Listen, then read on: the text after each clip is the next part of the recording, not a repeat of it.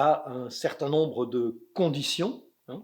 Alors, d'abord, en précisant que peut-être il faut distinguer à l'intérieur de la nébuleuse éducation nouvelle plusieurs options, plusieurs orientations, et je parle pour ma part plus volontiers d'idées inspirées de l'éducation nouvelle.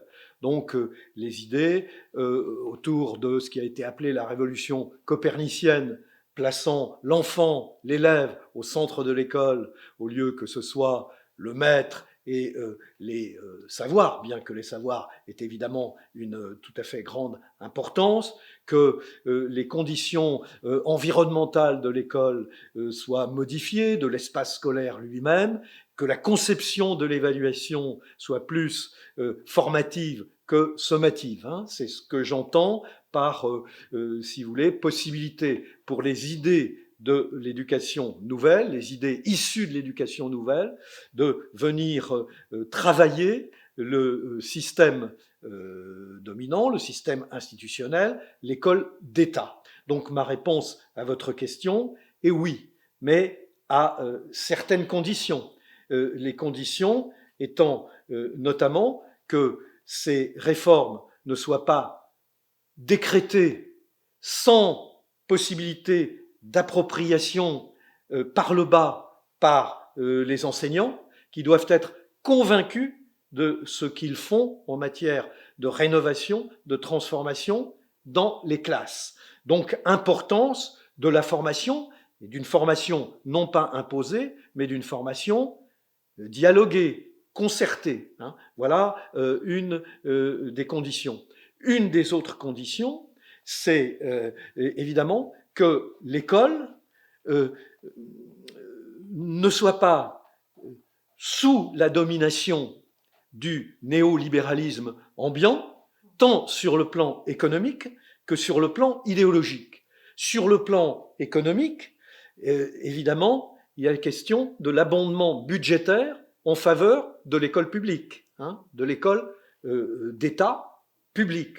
Or, on a vu récemment que lorsqu'il s'agissait de faire évoluer l'enseignement privé sous contrat, donc qui reçoit de l'argent de l'État pour le soumettre à la carte scolaire et lui faire accueillir des enfants de milieux plus défavorisés qu'il ne le fait, bien, il y a eu un tollé et le ministre lui-même, le ministre actuel, Pam Ndiaye lui-même, a été obligé de faire machine arrière. Donc ça, c'est la première condition, je dirais, économique, que le budget de l'éducation nationale et de l'enseignement public soit vraiment abondant. Il est important, bien sûr, mais il y a un certain nombre de déséquilibres au profit du privé, y compris sous contrat. Bon.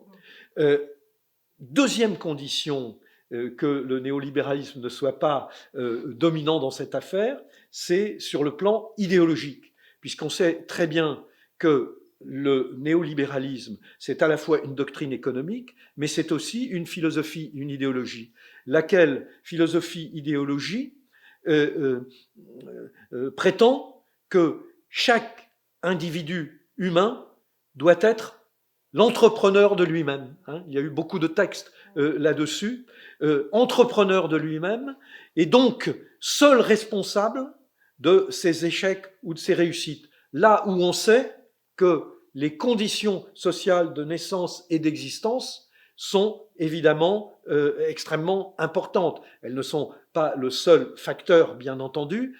Il y a aussi un facteur culturel, bien sûr, mais elles ont leur importance. Or, si la finalité est que l'être humain, l'individu, le futur citoyen, soit un entrepreneur de lui-même, concurrent des autres, de manière extrêmement volontariste, hein. On est toujours concurrent des autres dans la vie, je ne suis pas naïf, hein, mais que ceci soit attisé comme la philosophie et comme la finalité du système, cela est contradictoire, à mon sens, avec ce qui est la majeure version de l'éducation nouvelle, qui est une version humaniste, pour le développement individuel, libre et autonome de l'individu, et pour son épanouissement. Donc, en dehors d'une pression évaluative, sommative, permanente, au bénéfice d'une évaluation. Bien entendu, à l'école, on évalue les productions, mais plus formative de l'être humain dans toutes ses dimensions que sommative et réductrice à sa fonction économique.